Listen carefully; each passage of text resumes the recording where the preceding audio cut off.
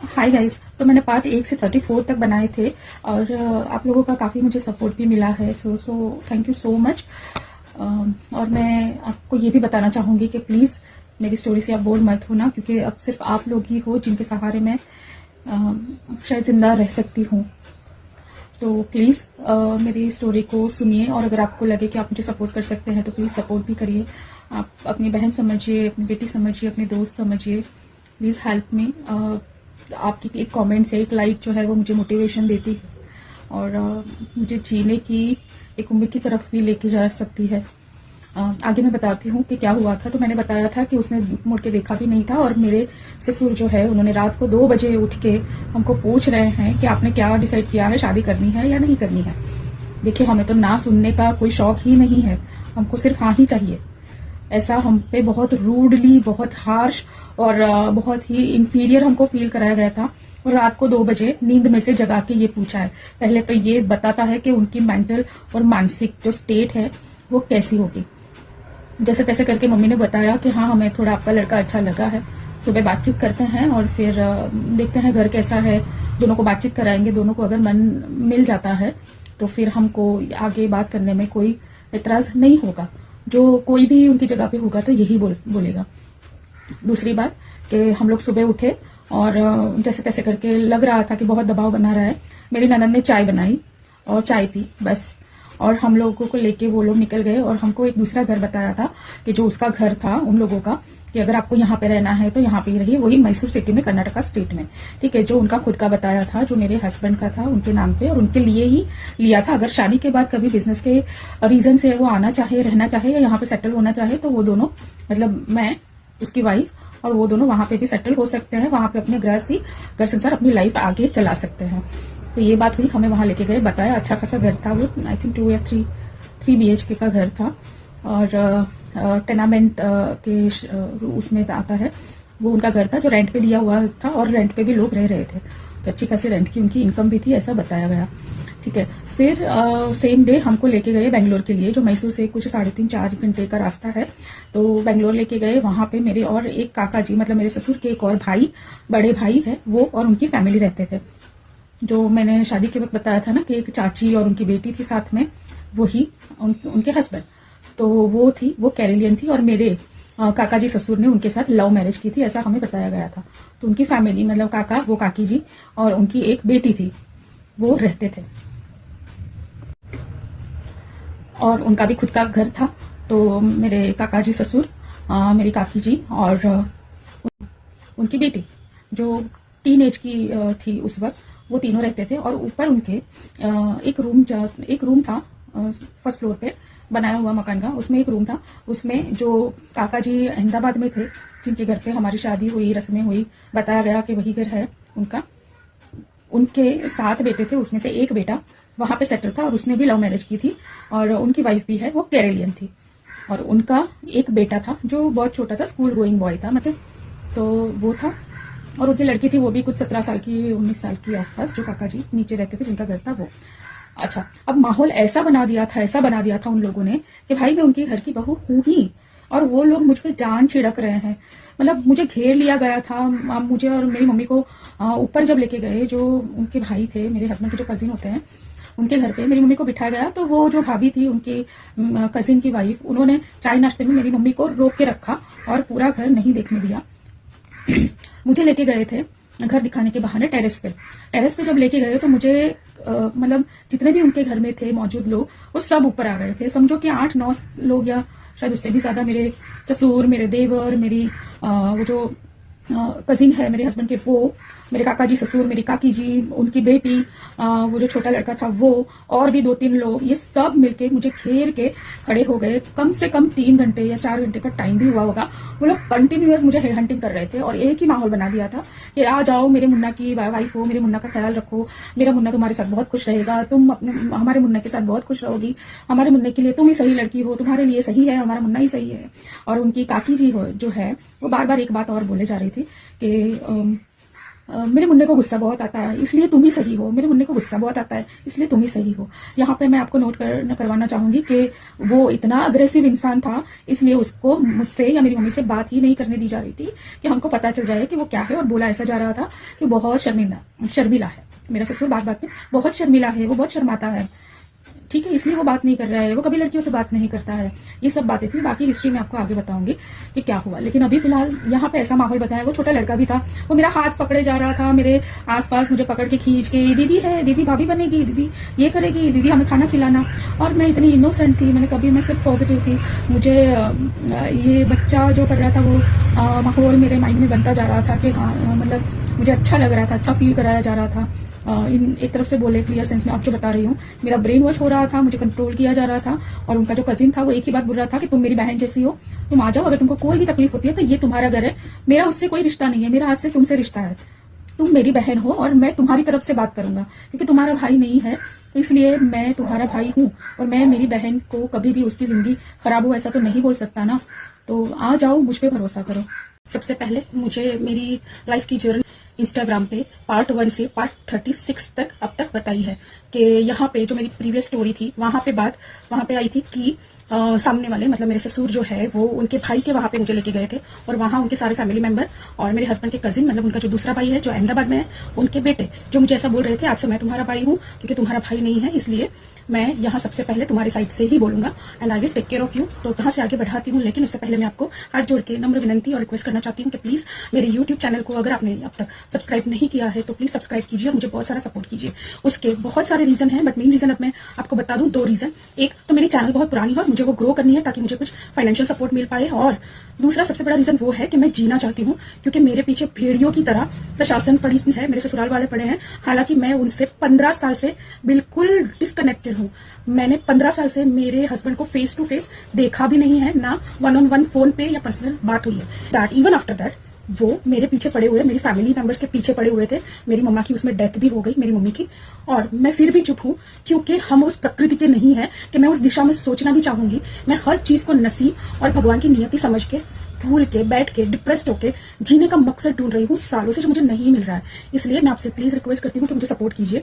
और आगे से जो पार्ट मैं बनाऊंगी वो पार्ट मैं अब तक जो मैं बता रही थी वो बहुत ही माइक्रो इन्फॉर्मेशन के साथ बता रही थी। इससे शायद आपका भी समय थोड़ा सा इन्वेस्ट ज्यादा हो जाएगा। और दूसरा है कि 20 साल हो चुके हैं, मेरी शादी को 20 साल हो चुके हैं, बट मैंने मैरिज लाइफ है वो एक दिन की भी खुशी मुझे एक पल की भी नहीं मिली है। तो वो सब चीजें अगर मैं इस माइक्रो इन्फॉर्मेशन में बताती जाऊंगी तो पता नहीं ये स्टोरी कितने साल और चलेगी, जिससे शायद आप लोग भी बोर हो सकते हो और बहुत ज्यादा टाइम ले लेगा, जबकि उसकी अभी जरूरत नहीं है। तो मैं जो बता रही हूँ कि मेरी 15 साल की लीगली अरेस्टेड लाइफ की कहानी, तो मैं वहां से जो मेरी एगोनी स्टार्ट हुई है, ठीक है, जहां पे मेरे ससुराल वाले इन्वॉल्व 100% है, बट अगर वो चाहते वो सब कुछ मेरे साथ इतना भयावह नहीं होता अगर उनमें थोड़ी सी ह्यूमैनिटी होती। और दूसरा कि जो प्रोफेशनल्स इन्वॉल्व हैं वो लोग अपनी ड्यूटी प्रोफेशनली निभाते, मतलब पुलिस, एडवोकेट्स, इवन जजेस, ठीक है। तो मैं वो वहां पे बताना चाहती हूँ। तो मैं 15 साल की स्टोरी को यहाँ पे बताने की बजाय मैं 2010 से, जब से मेरी लीगल बैटल शुरू हुई है, मैं तब से बताना शुरू करूंगी। वो जो है उसको मैं समराइज करके बताऊंगी, क्या क्या प्रोसीजर और मिसकंडक्ट मेरे साथ हुआ, मेरे साथ क्या क्या गलत हुआ, वो मैं आपको बताऊंगी। और वो बिल्कुल ही ऑनेस्ट और ट्रांसपेरेंस होगा। आप मुझे अपने क्वेरीज पूछ सकते हो, मेरी कमेंट हमेशा ओपन रहेगी। और आप मुझे प्लीज सपोर्ट कीजिए, कहाँ पे मैं क्या कर सकती हूँ, और मैंने कुछ गलती की है, मैं कुछ चीजें मिस कर रही हूँ या अभी भी मैं कुछ चीजों से जूझ रही हूँ, जहाँ पे मैं आपको बताऊंगी। तो आप मुझे सपोर्ट करिए, मुझे बताइए और बहुत बहुत सारा प्यार दीजिए मेरे अकाउंट को, ताकि मैं फाइनेंशियली थोड़ा सा सर्वाइव कर पाऊँ, मेरी लाइफ को मैं जीने के लिए मुझे सपोर्ट मिल पाए। प्लीज शेयर कीजिए, सब्सक्राइब कीजिए, फॉलो कीजिए और मुझे सपोर्ट कीजिए। मिलती हूँ नेक्स्ट वीडियो में। Thank you. हाय एवरीवन, मैं काफी टाइम के बाद आज ये वीडियो बना रही हूँ। जैसे कि पिछले पार्ट में आपने देखा था कि मैंने बात वहां तक की थी कि मुझे बेंगलोर में उनके कजिन्स और उनके मेरे काका जी और काकी जी जो है, उनके बच्चे हैं, सब लोगों ने घेर के जो बातें कर रहे थे, मीठी मीठी बातें कर रहे थे, मुझे जान से में ले रहे थे, वहां तक ये बात हुई थी। और पार्ट 37 में मैंने बताया था कि मैं अब से आपको सब कुछ चीज़ जो है वो समराइज वे में बताऊंगी 2010 से, क्योंकि 2010 से ये लीगल प्रोसेस स्टार्ट हुई है। तो 2010 में जो लीगल प्रोसेस हमारी होती है, सो नेचुरली उसमें वही सब चीज़ें इंक्लूड होती है जो हमारे साथ घटित हुई हो। तो 2006 से 2010 के अंदर जितने भी इवेंट्स हुए हैं वो मैं आपको ये स्टोरी में बताऊंगी, तो आपको ये बात पता चलेगा। और मैं वो सब चीज़ें समराइज करना चाहूँगी, जहाँ जहाँ पे प्रॉब्लम हुई, जहाँ जहाँ पे मैंने कोशिश की और उन लोगों ने मेरे साथ क्या किया, वो सब मैं आपको बताना चाहूँगी। कि मैट्रिमोनियल लाइफ थी या कुछ और था, वो मुझे अब तक नहीं पता चला है, मुझे समझ नहीं आ रहा है। और जो मैं समझ रही हूँ वो मेरा दिल, मेरे लिए ज़िंदगी बर्बाद हो गई है और मैं वो एक्सेप्ट करने से बहुत डर रही हूँ। 2010 में क्या हुआ था कि मुझे उन लोगों ने बहुत मारा था। मैं अलग रह रही थी, मेरे पति ने, मेरे हस्बैंड ने अलग रहने के लिए अरेंजमेंट किया था। मुझे ये बताया गया था कि उसकी सिस्टर जो है उसको बहुत प्रॉब्लम है, हम दोनों साथ में रहते हैं उससे, लेकिन वो सिर्फ एक गेम था मुझे घर से बाहर निकालने का। उन लोगों का इंटरनल वो सब प्लान था कि मुझे घर से अलग ले जाके रखा जाए, जैसे कि कोई रखेल को रखते हैं, जैसे कि मैं वो फैमिली की कोई मेंबर नहीं हूँ, जैसे कि मैं कोई अलग सी प्ले करने वाली चीज़ हूँ जिसके साथ वो लोग कुछ भी प्ले कर लेंगे। और मैं कभी भी किसी भी बात का, उसके किसी भी बात का ऑब्जेक्शन नहीं लेती थी। वो हर बार मेरे सामने रोता था कि मुझसे नहीं हो पा रहा है, मुझे लोग तंग कर रहे हैं और मुझे बहुत प्रॉब्लम हो रही है, तो तुम मेरे साथ चलो। तो कोई भी पत्नी है जो अपने पति को प्यार करती है, वो एक सवाल किए बगैर मैं मान गई थी।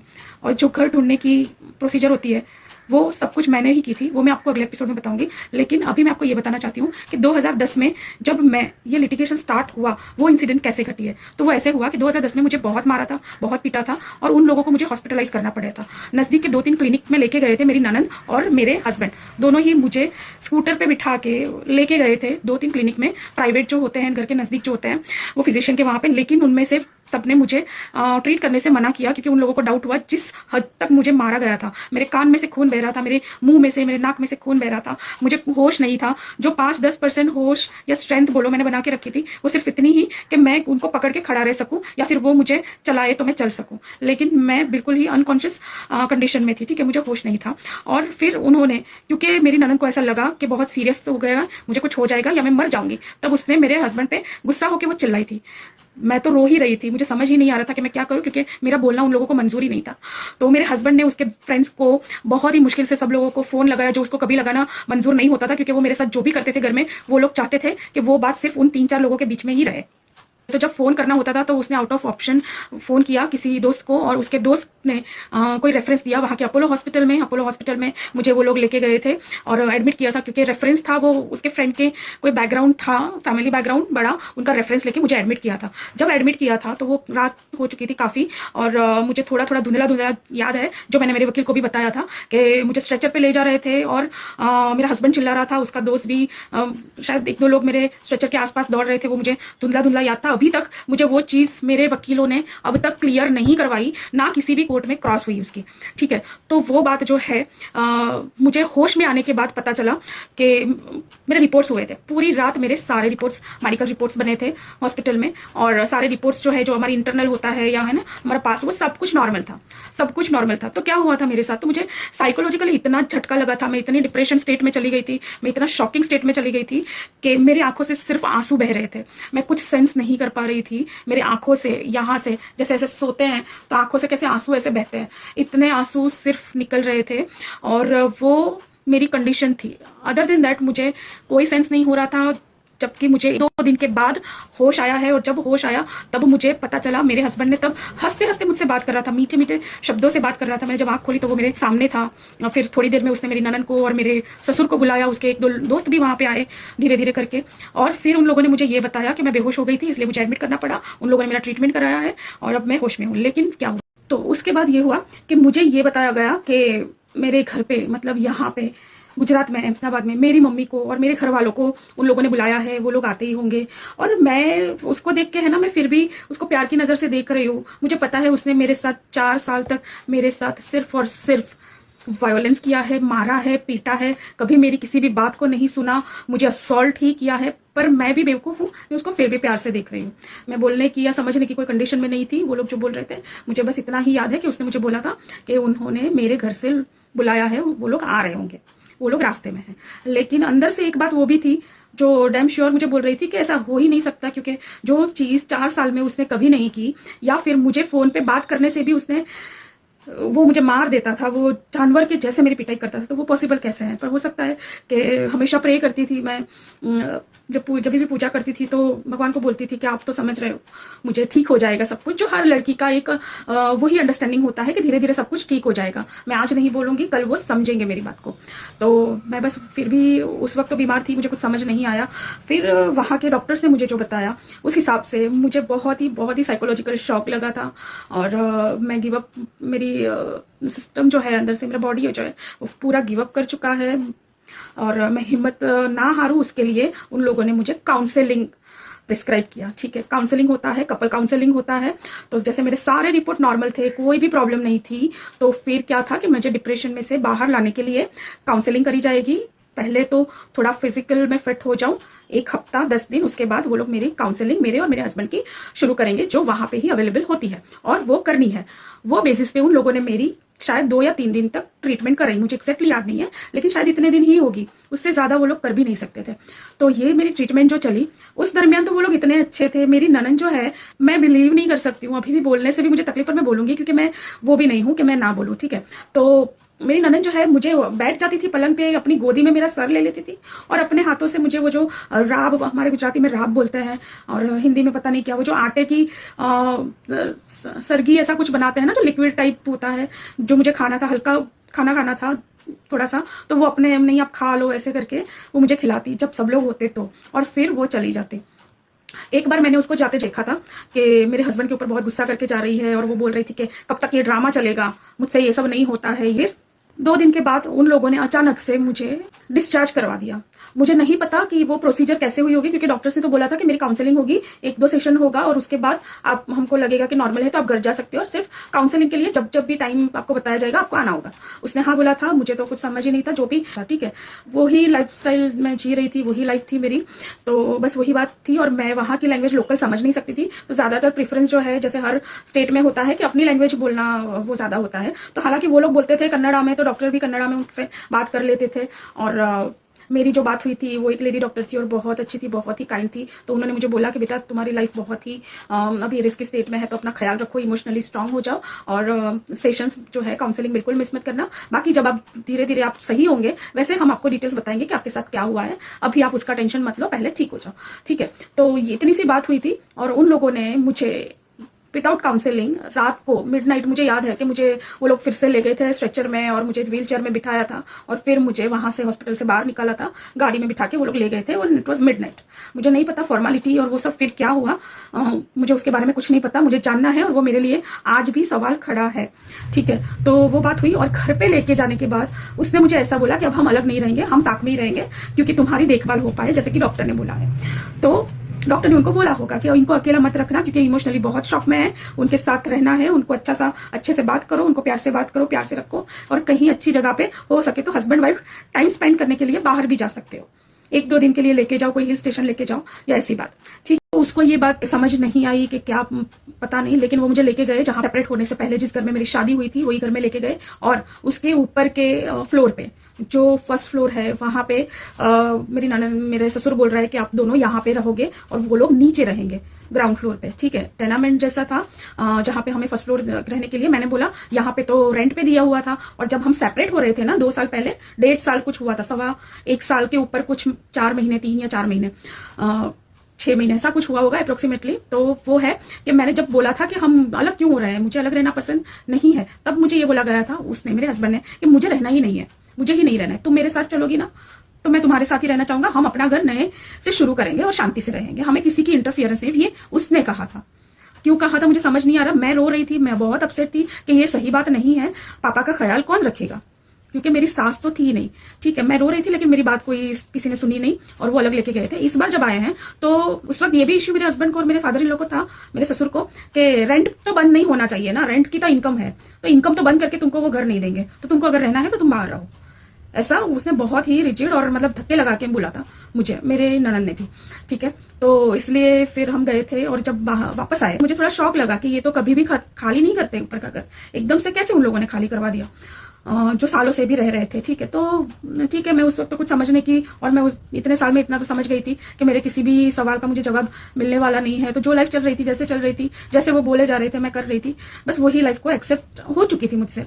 ठीक है, मैंने वही लाइफ को एक्सेप्ट कर लिया था, उससे बाहर मैं कुछ सोच ही नहीं पा रही थी। मैं सिर्फ दिल से जीने वाली लड़की हूँ और मैंने कभी कुछ ऐसा ज्यादा सोचा नहीं। तो हम ऊपर रहना शुरू किए, 2 दिन हुए, 3 दिन हुए, 4 दिन हुए, काउंसलिंग की डेट आई। एक काउंसलिंग की डेट आई और हम जब गए तब डॉक्टर जो भी सवाल मुझसे पूछते थे उसका जवाब मेरे हस्बैंड देते थे। उसको टोका गया 1-2 बार कि तुम मत बोलो, उनको बोलने दो, पर वो मुझे बोलने नहीं देता था, वो खुद ही आंसर देता था। क्या हुआ था मुझे, जब मुझे एडमिट हुआ था तो उसका जवाब उसने ये दिया था कि मैं सीढ़ियों से गिर गई थी, जबकि ऐसी बात बिल्कुल भी नहीं है। मुझे बहुत मारा पीटा गया था, मुझे खून बह रहा था और मुझे उससे इतना डर लग रहा था कि मैं उसके साए से भी डर रही थी। वो जो व्हीकल लेके आता है ना रोड से घर की तरफ, तो जो आवाज आती थी ना, वो आवाज से भी मैं इतना सहम जाती थी कि मैं दीवार का कोने में घुस जाती थी कि मैं कहाँ छुपूं, अब ये मुझे मारने आया है।